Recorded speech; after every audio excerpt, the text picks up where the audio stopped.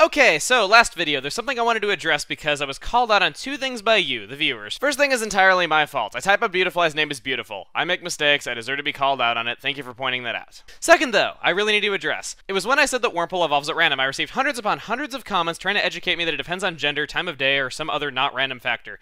I am here to disprove this because it is not dependent on gender, but on personality value. Gender is only one of 4 integers that make up a Pokemon's personality value. This is a 32-bit value between 0 and 4,294,967,295 represented in binary that was introduced in Generation 3, one generation after gender was implemented for Pokemon other than Nidoran. Breaking down how this works, Wurmple's evolution depends on the last 2 bytes of this integer, only one of which decides the Pokemon's gender. It is determined by taking these numbers combined between the 2 bytes of memory, dividing them by 10, and seeing if the remainder is more or less than 5. If the remainder is less than 5, you get a Silcoon. If it is equal to or greater than 5, you get a Cascoon. There's many players guys floating around out there that have this detail wrong, so I can understand why you would think otherwise, but if you're going to try to correct me, please make sure you have your facts straight before you do. Otherwise, I can and will nerd out on you. But what do I know? I can't even spell Beautifly right. Hey everybody, it's Chekakon, where I walk back to more Paper Mario the Thousand-Year Door. At least I thought I was in that game because we were in Petalburg. But anyway, starting off here, in the last episode, we left past Oldale Town and got here to Petalburg, meeting our father here as the gym leader. And in this episode, we are going to be heading out of Petalburg City because our father told us to go to Rustboro and challenge the gym leader there with our own Pokemon. But before we get anything else done, I'd like to go through the 2 Pokemon that we didn't talk about in the last video that were on Route 102.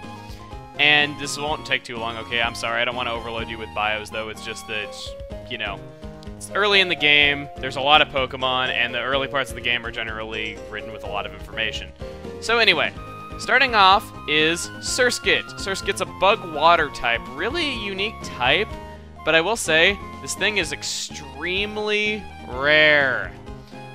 You have, like, God, a serious 1% chance of finding this thing in the grass so early.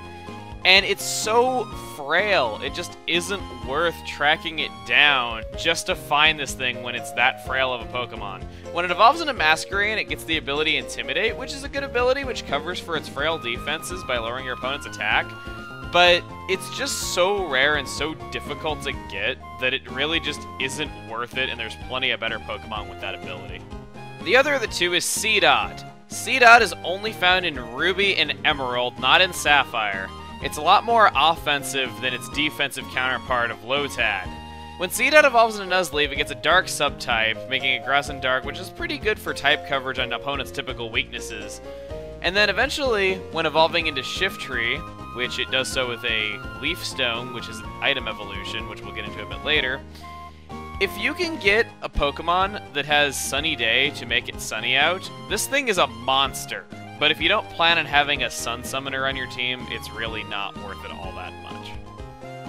But anyway, now that we're done with that, we're going to head out to Route 104. Going to throw Pokeballs, so we throw a Pokeball, we get the Pokemon first. It'll be easier to catch as a poison, burned, or lulled to sleep. So violent, man.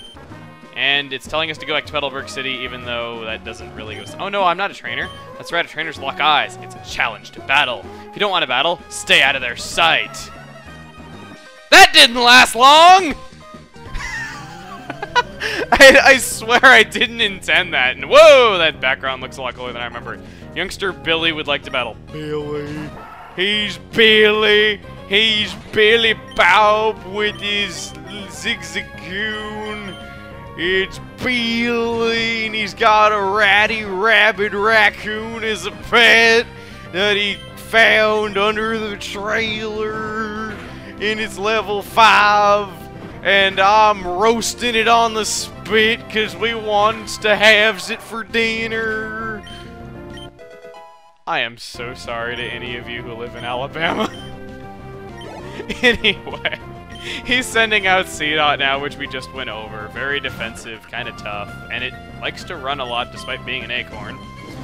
Alright, Seedot, and I really should have switched back to Lotad and have it a battle of the ages against the 2 version counterparts, but again, I forgot. So, we defeated Billy. Whoa, I got sand on my runners, they're all gritty. First world problems. What do you got? I want to leave my footprints of sand everywhere, but they disappear quickly. First world problems. What do you got? The sea, huh? Wonder what it's like at the bottom of the sea. I fished up a tough-looking Pokemon. It has the magical quality to it. Surely it looks tough. Yes, it does. Wonderful. So we have a battle already. So, Fisherman here. You're gonna hate fishermen as this game goes on, because guess what they use? They use Magikarps, and they're typically really high leveled, and they typically take forever and a day to kill. Many people consider Magikarp the weakest Pokemon. We can't really catch one yet though, so I'm not gonna go over it quite yet. I'm only gonna go over Pokemon that we can't catch yet that are in boss fights though, because there it's really useful to know about it. Magikarp's only move at this level is Splash, which really sucks. It can't do anything. So pretty much, I am just sitting here chipping it away, hoping to get critical hits to make this painfully long battle take a little bit less of a painfully long time. Ugh, Magikarps. God, trying to find something to talk about. Actually, you know what? I do have something I could talk about during a battle as monotonous as this one. It was something that I heard during MagFest, this convention I go to every year. It was at a panel I went to. And I want to know what you guys think of this. It seems like on the internet, there's this sense of elitism that if you can be negative and find fault in something, that makes you intelligent. And the thing is, I don't really believe that at all. I mean, granted, that doesn't mean that things are above criticism. Mind you, no, not at all. I'm just saying that, you know, it's better to find the good in something than the bad in something. I mean, I know it can be funny, though, but it's just, you know, thinking that it makes you intelligent to find fault in things and not talk about good things. So there! I found something to talk about. Wonderful. What do we got here? Ooh! Pots! Must smash! I'm hitting B, but it's not smashing! And unfortunately, I don't get to destroy pottery in this game. Pottery is the true enemy of any adventurer. Just ask Zelda. Look at Okami. Look at them all. Mr. Briny. Sounds really gross. Seaside Cottage where Mr. Briny lives. He was once a mighty sailor who never feared the sea, however stormy. So I guess he's become a wimp in recent years? I don't know. But aside from that, there are some more new Pokemon we can find in this route, though, but I'd rather not, like, overload you with bios like I'm saying, though, because it already feels like kind of an overload as it is. And usually I'm going to save those for, you know, when we're doing random battles, and I need something to talk about, though, just to fill the commentary gaps there. That's kind of my way of trying to do an RPG. In Ruby and Sapphire, this would have been a rich boy named Winston, though, but here we have a lady. Typically, ladies have a lot of money, though, so beat them up. That sounded amazing! Wow! Oh, God, and I wonder why I get pig-headed sexist comments. Oh, God, that was amazing. So, during this battle, I guess I'll talk about the other Pokemon in this area. Starting off, we have Wingull. Even the almighty Rayquaza fears this beast. Wingull is a water flying type, but it's not nearly as good as Gyarados. It's really frail. It evolves into Pelipper. It might be good to catch a Wingull for later in the game if you don't plan on catching a flying Pokemon, because it will be good for practical uses, though, but I really don't recommend— Full Restore?! What?! Dude! A full restore? Really? Overkill much? It's level 7! Okay, hence having a lot of money. Lotad grew to level 7 and learned Absorb. Okay, Absorb is really good. That lets us absorb our opponent's HP, as you would guess. Anyway. God, that was funny. So funny that I lost my train of thought on that. And I found it! This is Marill! Really wish a theme park would get built after this Pokemon. But anyway, Marill! It starts off as an Azumarill. Azumarill is a pre-evolution of it that you can breed Marills to get. It needs to be holding a C increase to be able to spawn that Pokemon, though. We'll get into what breeding is a bit later, though. Anyway, though, Marill is really bulky like most water types are. When it evolves, as you can see there, it didn't take hardly any damage from my attack despite it being a weakness.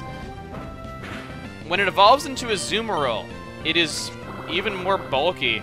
And what's really cool is it gets the ability Huge Power, which if it has that, its attack stat is doubled. So it can be a good attacking force, a good special attacking force, and a bulky wall all in one Pokemon. If you're looking for a good water type, Marill could be a good one. It's not the best water type out there, mind you, not as good as, say, Gyarados. But Gyarados isn't quite as bulky, though. But yeah, really good Pokemon there. Whoa, hang on. Did you see the difference between Azurill's bio and Marill's bio that was kind of weird? Okay, let me point this out to you. Azurill has a gender ratio of 75-25. Marill, on the other hand, has a gender ratio of 50-50. This is the only Pokemon that does this. 1/3 of all female Azurills become male when they evolve into Marill. In other words, it grows a dick. Anyway, though, now that we have gotten all that out of the way, time to enter the first dungeon of the game. Welcome to Petalburg Woods. Starting off in Petalburg Woods, you run into a wild Pokemon after 5 steps. And great, just as I was about to show a secret, I run into a Poochyena. Okay, so right here, press A on that and you can get, guess what? Our 4th free potion! Yeah, they're just handing these things out like candy. If we go down here, though, there's yet another secret. What do you got? You're a thief if you try to steal someone else's Pokemon. You should throw Pokeballs only at wild Pokemon. And we find a Pokeball. The irony of that statement. Okay. That's actually kind of funny. But anyway, what do you... I never talked to you, did I? Sometimes there are things that grind even you can't see, and that's why I always check where I'm walking. And yeah, he was hinting at that. So, game design! And am I going to find the Pokemon that I'm looking for, though? Because there is actually a Pokemon I want to catch here. Come on. No, Shroomish. Wait, what the heck am I saying? Shroomish is awesome. This Pokemon has a really good ability, Effect Spore.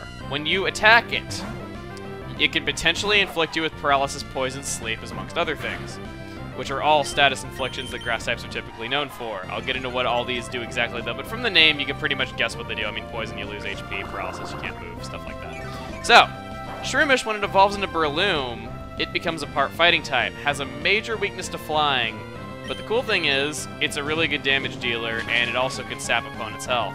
So, again, pretty decent Pokemon. I've raised one myself in previous playthroughs. I know a lot of you are going to suggest that I just, you know, go get Repels and everything, though, but there is a Pokemon in this area that I want to find, and it's decently rare. So I'm trying not to use Repels quite yet, though, because I do want to start catching more Pokemon. But, in the meantime, we have Bugcatcher Lyle. While this is going on, I'd like to really thank you guys for being really patient with me over the past month or so. Because I remember that I said that I was going to launch this before the end of the year, and I kept having so many things go wrong, between having a hard drive corrupt and losing a lot of the data that I needed for it, between my hand getting injured, just all kinds of things went wrong, and then when I was finally healed, it was time for MagFest, which I promised I'd be at, and I went to that, and just, all in all, it just took so much time to get this prepared. Now, you can see that we're not getting much experience here, but I'd like to mention this, nonetheless. In trainer battles, if a Pokemon is owned by a trainer, you get more experience than if it was the same level and it was wild. So trainer battles are typically the way that you want to level up your Pokemon, not grinding against wild Pokemon. Granted, you can get levels from doing that, it just isn't really the recommended way of doing it. So that's why trainer battles are really important not to skip over. So, now that we have felled 4 level 3 Wurmples, I almost said 3 level 4 Wurmples. I think that'd be a bit more of a challenge, honestly. There we are, we're done. And what is this? We got a Paralyze heal. Character limits, translation, that just means that you can heal paralysis with it. Let me wander around a bit, though. I want to find a Pokemon, and I just can't seem to find it.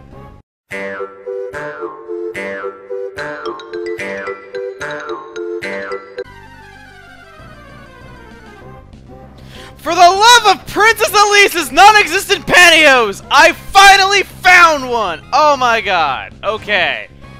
Finally. Okay. This is the Pokemon I was looking for. Slakoth. Now, just looking at it, you're probably wondering, why the heck would I ever want to catch this thing? It looks so lazy and weak. And true, it does have an ability called Truant, unintentional rhyme, that makes it only attack every other turn. If you look at its stats, though, it has amazing stats across the board. This thing is like beyond legendary. So if you can get past the ability, it's a really good Pokemon. And I decided that I want to try to use one as a challenge of sorts, I guess. So that's my reasoning. Alright, now unfortunately the Slakoth is female, so I can't really name it. Well, I guess I'll still name it what I was planning, though, but the nickname doesn't make quite as much sense, unfortunately. I'm going to name this thing, it's like a slacker Pokemon. It sleeps virtually all day and night long. It doesn't change its nest its entire life, but it sometimes travels great distances by swimming in rivers. I would like to give a nickname to this. I am going to name this Slakoth after quite possibly the fattest cat I have ever seen. My own cat, Teddy. Unfortunately, Teddy is a male, so it's not going to be a perfect roleplay, but hey. I have been searching for almost an hour to find that, despite it only being a 1 in 20 chance of appearing. And my god. Anyway, so I guess now that we're finally progressing in this forest, I'd like to talk about this game. And the thing is, if you haven't played it before, probably by this point, you know, it's a lot like a Pokemon game, graphical improvements, a lot of stuff like that, and you're probably wondering, like, why do people think this game is so bad? Well, the thing is, for some odd reason, Pokemon kind of, like, had a bit of a falling out of its popularity for a few years, between 2002 and 2006, but by the time Diamond and Pearl came out, a lot of its popularity had been renewed. But a lot of people skipped over this one. And honestly, I don't really know why. I don't know if people were just kind of tired of the same thing and wanted something different, which is why Diamond and Pearl did so well, though, because Diamond and Pearl was a lot like, you know, it just had online. But I don't know. The thing is, a lot of people complain like, oh, the Pokemon in this game look too different, though, but in this game's defense, this game does take place in the Hoenn region, which is said to be to the far south of Kanto and Johto. And it's a tropical region. If you ever think about tropical regions in real life, do the animals you find in a tropical region look like the ones you see at home? No, they don't. They're bright and colorful. They're typically, you know, have really big teeth and claws. And that's kind of what the Pokemon here are like. They're exotic. And I think they fit this area fine. And I really don't get all the hate that they get, like saying like, oh, they don't look like Pokemon. Well, what dictates what a Pokemon looks like? I mean, think about the original Pokemon. Even those are pretty diverse. I mean, heck, look at like Magnemite compared to Jigglypuff, you know? They were pretty diverse. And I don't really think there's any sort of rules that something has to look like to say if it's a Pokemon or not, but I guess now that I'm done with that little ramble, we have finally beaten this Poochyena, and I just want to show that my Pokemon have gotten a lot of levels in that time. I didn't fight every Pokemon, though, but I fought quite a few of them. Mogami's 15, Lotad is 12, and now we have Teddy, who is only level 6. And because I don't want to make another cut, I think I'm just going to go ahead and use one of my Oran berries on it to heal it up a bit. And no, I don't want to check the tag. The tag is something that is not going to matter until really late in the game in Emerald. It matters a bit sooner in Ruby and Sapphire, but not until really late in Emerald. But if we go up here... not a one to be found. You looking for Slakoth? Oh, have you seen a Pokemon called Shroomish around here? Only about 85 of them in the time it took me to find that Slakoth. I really love that Pokemon. I was gonna ambush you, but you had to dawdle in the Petalburg Woods forever, didn't you? Sounds like me. I got sick of waiting, so here I am. You, Devon Researcher, hand over those papers. Hey! You're a Pokemon trainer, aren't you? You've got to help me, please. What do you think you're doing? What? You're gonna protect him? No one crosses Team Aqua and gets any mercy. Not even a kid. Come on and battle me. So, we have the introduction of Team Aqua here. Now, you might be thinking like, oh, it's a generic evil team in any Pokemon game. Actually, no. It's handled quite a bit differently in this game. You won't see what I mean until later, but trust me, they actually handle things quite differently here, which is another reason why I don't get why people don't think this game's different enough, I guess. Because they do handle things a lot differently. Another thing that is kind of unique about this game is there's a different story depending on what version you play. So, yeah, I really don't get why people don't like this game. So, you know, it's got a lot of the basics of a good RPG. I really don't get why people just seem to not like it. I've heard some people in more recent years say that this was the best Pokemon game, which is good to kind of hear getting some representation. I don't quite think it was the best, but it's still a very good game. But, this level 9 Poochyena here is getting really tough, and I gotta say, one thing I like about this game a lot is the soundtrack. You probably can't hear it too well with me talking over it, though, but this is a really good battle theme, and probably one of my favorite victory jingles in RPG history is coming up right here when we defeat this guy.